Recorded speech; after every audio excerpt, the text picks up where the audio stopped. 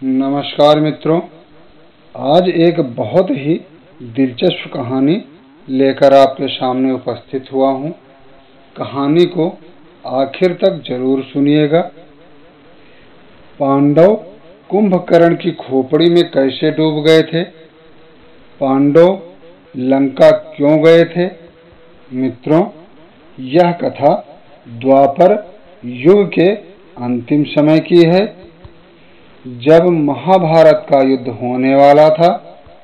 जब पांडव और कौरव अपनी अपनी सेनाओं को एकत्रित कर रहे थे और दोनों पक्षों को एक बहुत बड़ी बड़ी सेनाओं की आवश्यकता थी।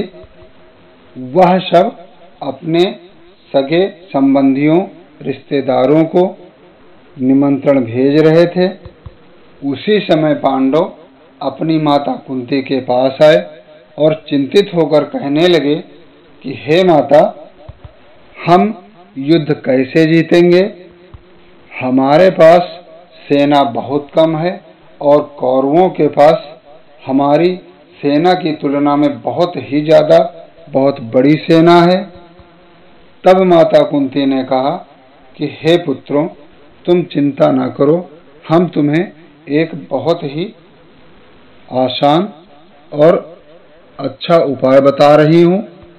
मेरी बहन मंदोदरी जो लंका में रहती है, तुम सब वहाँ चले जाओ। हे पुत्रों, मैं 5 बहनें हूँ और मेरे जन्म बहुत ही रहस्यमयी तरीके से हुआ है।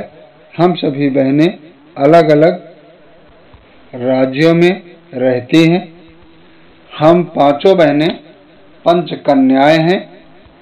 इसलिए हे पुत्रों, तुम लंका जाओ और युद्ध का निमंत्रण दे दो। अगर लंका का एक भी व्यक्ति तुम्हारे साथ इस युद्ध में भाग ले लिया तो निश्चित मानिए विजय तुम्हारी ही होगी।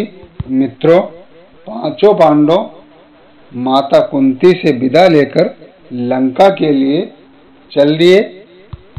5 पांडव लंका पहुंचकर द्वारपालों से बोलते हैं कि हमें राजमाता मंदोदरी से मिलना है, तो कृपा करके आप हमें राजमाता मंदोदरी तक पहुंचा दीजिए। और अपना परिचय देते हुए कहा कि हम सब कुंती पुत्र पांडव हैं और हस्तिनापुर से आए हैं। द्वारपाल ने जाकर राजमाता मंदोदरी को सारी बातें बताई कि कुंती पुत्र पांडव आए हैं और आपसे मिलना चाहते हैं। तब राजमाता मंदोदरी ने कहा कि उन सभी को सम्मान पूर्वक राजमहल में लेकर आओ। राजमाता मंदोदरी की आज्ञा पाकर द्वारपाल पांडवों को महल के अंदर ले गए।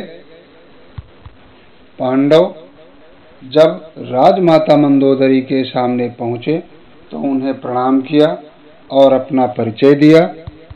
मंदोदरी ने जब अपनी बहन कुंती का हालचाल पूछा, तब धर्मराज युधिष्ठिर ने अपना सारा वृत्तांत बताया और किस कारण से वह वहां पर आए हैं यह भी बताया।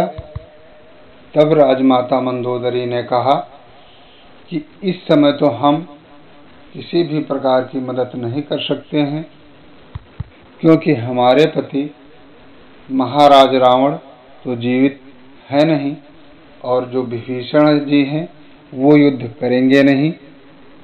हाँ, हम थोड़ी बहुत सेना आपके साथ युद्ध के लिए भेज सकते हैं। इतना कहकर मंदोदरी ने कहा कि अब तुम लोग विश्राम करो, कल सुबह देखा जाएगा। प्रातःकाल पांडव उठे और स्नान करने के लिए सरोवर की तलाश करने लगे। सरोवर की तलाश करते करते वो महल के बाहर आ गए। चलते चलते उनको एक विशाल सरोवर जैसा दिखाई दिया, किंतु वह सरोवर नहीं, वह कुंभकर्ण की खोपड़ी थी। क्योंकि कुंभकर्ण इतना विशालकाय शरीर वाला व्यक्ति था कि उसकी खोपड़ी में ही इतना सारा जल भर गया कि वह एक सरोवर जैसा लगने लगा। जब युधिष्ठिर उस सरोवर में अपने 5 भाइयों के साथ उतर गए और जैसे ही वो उतरे, 5 पांडव उसी में डूबने लगे।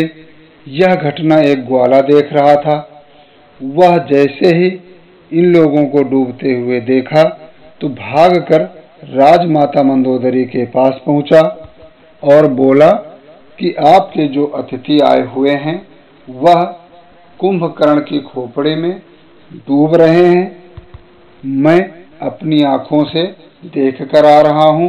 वह सब स्नान करने के लिए उस सरोवर में उतरे और वह कुंभकर्ण की खोपड़ी थी यह नहीं समझ पाए और अब वो सब डूब रहे हैं।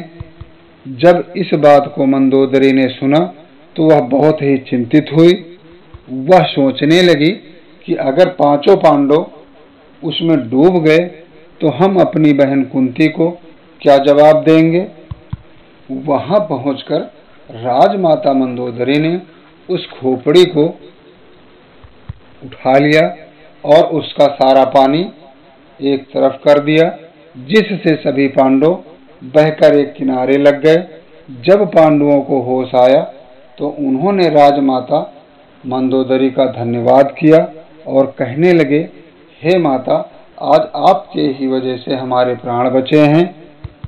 तब राजमाता मंदोदरी ने कहा कि यह सरोवर नहीं था जिसे सरोवर समझकर तुम स्नान कर रहे थे, यह कुंभकर्ण की खोपड़ी थी जो कि भगवान राम से युद्ध करते समय भगवान राम के एक बाण ने इसको धड़ से अलग कर दिया था और ये आके यहाँ गिरी और यह इतनी विशालकाय थी कि इसे कोई हिला तक नहीं सका।